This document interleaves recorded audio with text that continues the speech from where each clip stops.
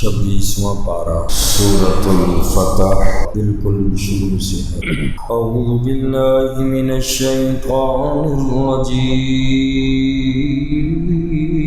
بسم اللہ الرحمن الرحیم، انا فتحنا لک فتحا مبینا لیغفر لک اللہ ما تقدم من ذنبک وما تأخر ويتم نعمته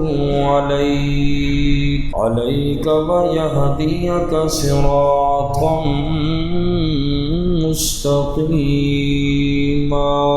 آمنت بالله صدق الله مولانا العظیم۔ سورۃ الفتح کا شان نزول صلح حدیبیہ کا واقعہ تھا، اور اللہ کے نبی صلی اللہ علیہ وسلم نے خواب دیکھا سن 6 ہجری میں کہ میں اور صحابہ کرام بیت اللہ شریف میں عمرے کے لیے جا رہے ہیں۔ بہرحال آقا علیہ الصلوۃ والسلام تو نکل گئے، حدیبیہ کے مقام پر آقا علیہ الصلوۃ والسلام نے پڑاؤ ڈالا، مشرکین نے روک دیا۔ وہاں پر معاہدہ ہوا کہ جی دونوں فریقوں کے درمیان 10 سال آپس میں ایک دوسرے سے جنگ نہیں کریں گے۔ صلح حدیبیہ کی دوسری شرط یہ تھی کہ قریش کا جو آدمی مکہ سے مسلمان ہو کر مدینے آئے گا تو مسلمان اسے اپنے پاس نہیں رکھ سکتے، بلکہ اسے مکہ میں واپس دوبارہ بھیجنا پڑے گا۔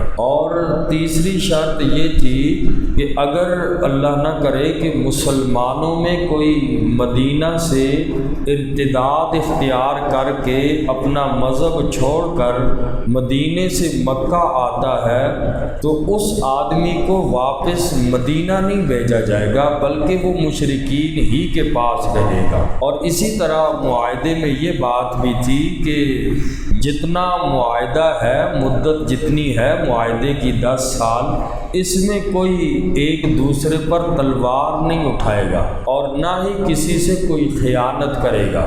اور اسی طرح شرط یہ تھی کہ اس طرح اس سال مسلمان واپس چلے جائیں اور آئندہ سال آئیں گے، صرف 3 دن رہیں گے مکہ میں اور عمرہ کر کے واپس چلے جائیں گے۔ اس معاہدے کی بظاہر ساری شرطیں مسلمانوں کے خلاف نظر آ رہی تھیں۔ بڑی دب کر صلح ہوئی اور حضرت عمر رضی اللہ تعالی عنہ کی حالت بیان کی تھی کہ ایسے غصے میں تھے کہ یا رسول اللہ اتنی دب کر صلح کیوں ہو رہی ہے؟ حضرت عمر اللہ کے نبی کے پاس پہنچ گئے، کیا یا رسول اللہ آپ پر حق نبی نہیں ہے؟ کیا ہم حق پر نہیں ہیں؟ کیا دشمن باطل پر نہیں ہے؟ اللہ کے نبی نے فرمایا بالکل ہے۔ فرمایا یا رسول اللہ پھر دب کے صلح کیوں ہو رہی ہے؟ ان میں سے تو ایک شرط بھی ہمارے حق میں نہیں ہے۔ اللہ کے نبی صلی اللہ علیہ وسلم نے فرمایا عمر، میں نے اللہ کے حکم سے اس صلح کو، معاہدے کو منظور کر لیا ہے، یہ اللہ کی طرف سے۔ حضرت عمر پھر وہاں سے حضرت ابو بکر صدیق کے پاس لوٹے، انہیں بھی جا کر یہی بات کہی اور حضرت ابو بکر صدیق نے بھی یہی جواب دیا۔ پھر جب معاہدے کی تکمیل ہو گئی، معاہدہ مکمل ہو گیا، اللہ کے نبی صلی اللہ علیہ وسلم نے صحابہ سے فرمایا کہ جاؤ صحابہ قوموا وانحروا، جاؤ اور اٹھو، اب معاہدہ ہو چکا ہے، اب ہم لوگ مکہ نہیں جا سکتے، جاؤ اپنے جو جانور لے کر آئے ہیں انہیں نحر کر دو، ذبح کر دو اپنے جانوروں کو، اور اٹھو اور جانور ذبح کرو اور اپنے بالوں کا حلق کروا دو۔ گھٹن کی کیفیت صحابہ کی یہ تھی کہ گھٹن کی کیفیت میں مبتلا ہونے کی وجہ سے کسی صحابی نے جنبش نہ کی، کوئی حرکت نہ پیدا ہوئی کہ اللہ کے نبی جو فرما رہے اٹھو نحر کرو، ذبح کرو، اپنے بالوں کو حلق کرو، یعنی صحابہ کی کیفیت یہ تھی، کوئی بات سمجھ ہی نہیں آ رہی تھی۔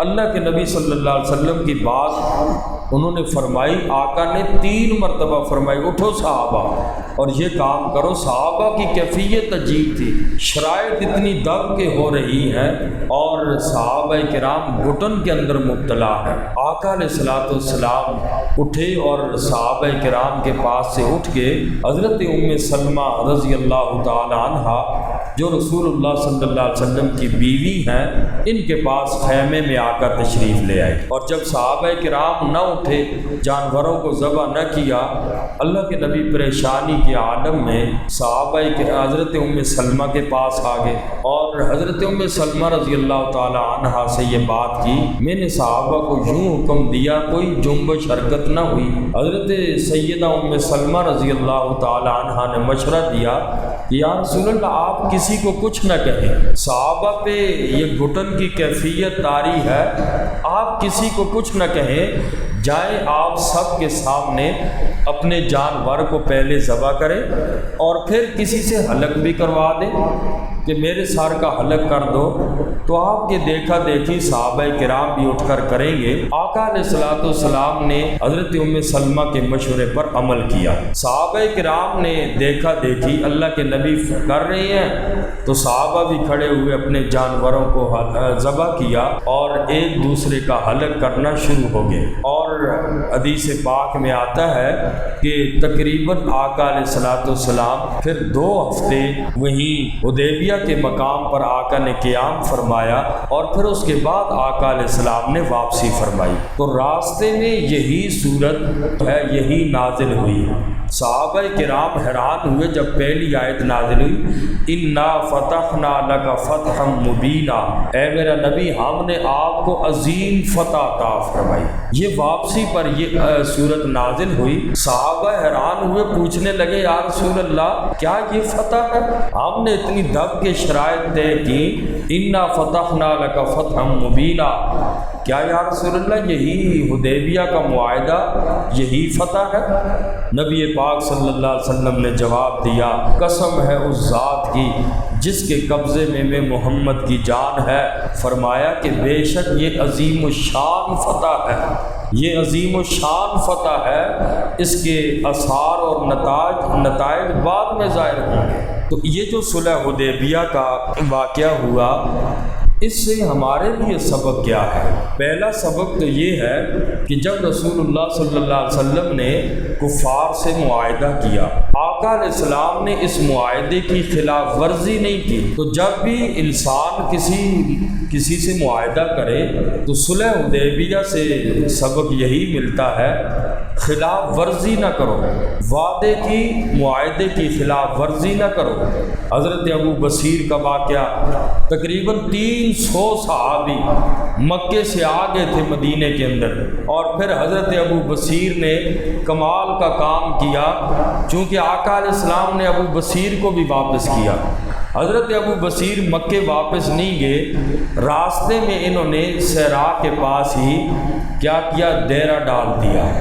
جو صحابی بھی مسلمان ہو کے آتا، مدینے تو ان کو جانے نہیں دیا جاتا تھا، پیچھے سے مشرک پہنچ آتے تھے، لیکن حضرت ابو بصیر نے راستے میں ڈیرا ڈال کے ان لوگوں کو لوٹنا شروع کر دیا، مکے کے مشرکین کو۔ مکے کے مشرک تنگ آ کر نبی پاک کی منتیں کرنے لگے کہ آپ ان کو واپس بلا لیجئے۔ بہرحال یہ حالت تھی، لیکن آقا علیہ الصلوۃ والسلام نے اتنے سارے صحابہ کو واپس کیا، معاہدے کی خلاف ورزی آقا علیہ السلام نے نہیں کی۔ اس سے ہمارے لیے بھی سبق یہ ہے، ہم اپنا جائزہ لیں کہ ہم کسی سے کیے ہوئے وعدے کیا پورے کرتے کہ نہیں کرتے۔ رسول اللہ صلی اللہ علیہ وسلم نے غیروں سے وعدے پورے کیے، ہم امتی اپنوں سے وعدے پورے نہیں کرتے، اپنوں کو بھی دھوکے دیتے ہیں، وعدے کر کے دھوکے دیتے ہیں۔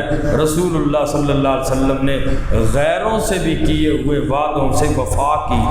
یہ ہمارے لیے پہلا سبق ہے کہ کسی سے بھی وعدہ کرو، پورا کرو، اور اس میں ڈنڈی نہیں مارنی چاہیے آدمی کو۔ دوسرا سبق ہمارے لیے یہ ہے کہ دیکھو حضرت خالد بن ولید اس وقت مسلمان نہیں ہوئے تھے، یہ 200 بندے لے کر آئے رسول اللہ صلی اللہ علیہ وسلم کا راستہ روکنے کے لیے کہ یہ مکے میں داخل نہ ہوں۔ خالد بن ولید بڑے جنگجو آدمی تھے زمانہ کفر کے اندر بھی، تو اب یہ حدیبیہ کے مقام پہ روکنے کے لیے آقا علیہ السلام کو یہ 200 بندے کو لے کر آ گئے۔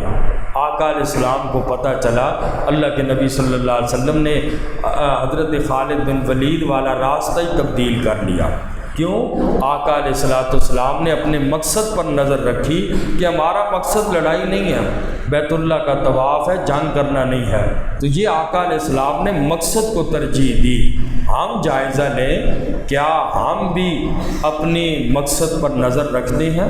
مقصد کے حصول کے لیے کیا ہم لوگ جھگڑے فساد سے گریز کرتے ہیں؟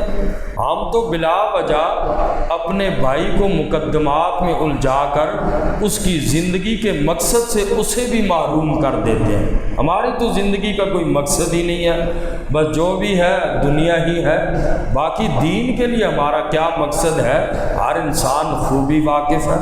اسی طرح تیسرا سبق ہمارے لیے یہ ہے کہ رسول اللہ صلی اللہ علیہ وسلم نے مصلحت کے پیش نظر جنگ بندی کا معاہدہ کیا کہ جنگ نہیں ہونی چاہیے۔ آج ہم محاسبہ کریں، کیا ہمارے اندر مصلحت اندیشی پائی جاتی ہے کہ نہیں پائی جاتی؟ ہم صرف جوش میں آ کر نہ جانے کتنے کام، بننے والے کام بھی ہم بگاڑ دیتے ہیں۔ مصلحت اندیشی بھی ہونی چاہیے، نہ ہر جگہ مصلحت ہو، نہ ہر جگہ جوش ہو کہ انسان بنتے ہوئے کام بھی بگاڑ دے۔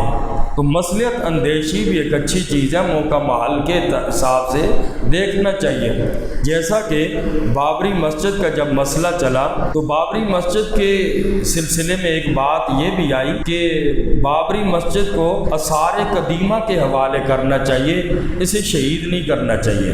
اور جس مسلمان نے یہ مشورہ بھی دیا، دوسرے مسلمانوں نے یہ الزام لگایا کہ یہ حکومت کا پٹھو ہے، اب یہ کہتا ہے کہ اس مسجد کو آثار قدیمہ کے حوالے کر دو۔ اور یہ مصلحت کے تحت انہوں نے کہا، لیکن جس وقت ہندوؤں نے بابری مسجد کی بنیادیں ہلا کے رکھ دی، پھر ان لوگوں کو یہ بات سمجھ آئی کہ وہ والا مشورہ تو بڑا ٹھیک تھا، کم از کم باقی رہتی، آج نہیں تو کسی سالوں میں بابری مسجد مسلمانوں کے حوالے تو ہوتی، شہید نہ ہوتی۔ تو ہر جگہ جوش میں بھی آ کر انسان بنتے ہوئے کام کو بگاڑ دیتا ہے، لہٰذا ایسا بھی نہیں کرنا چاہیے۔ اور اسی طرح صلح حدیبیہ میں اس واقعے سے ایک سبق ہمارے لیے یہ بھی ہے کہ صلح میں پہل کرنی چاہیے۔ آج ہم غور کریں، کیا ہم کسی سے صلح میں پہل کر سکتے ہیں؟ ایک سگے بھائی کی چپکلش دوسرے سے چلی آ رہی ہوتی ہے، چھوٹی موٹی باتوں پہ لڑائی جھگڑے ہو جاتے ہیں، اگر راستے میں مل جائے تو سلام تک نہیں کرتے، نہ غمی خوشی میں شریک ہوتے ہیں۔ بسا اوقات دل چاہتا بھی ہے کہ بھائی سے ناراض نہ ہوں، لیکن انسان کی اکڑ ایسی ہے کہ وہ اسے پہل نہیں کرنے دیتی کہ میں پہل کیوں کروں، یہ اتنا بڑا ہے کہ میں پہل کروں اس سے۔ تو لہٰذا صلح میں انسان کو اچھے کاموں میں پہل کرنے رہنے چاہیے، اور یہ نہیں دیکھنا چاہیے کہ دوسرا بندہ کرے گا۔ اور اسی طرح صلح حدیبیہ سے ایک سبق ہمیں یہ بھی ملتا ہے حضرت ام سلمہ کے واقعے سے کہ بیوی کے درست مشورے پر عمل کرنا چاہیے۔ اگر اچھا مشورہ ہو اس پہ عمل کرتے رہنا چاہیے۔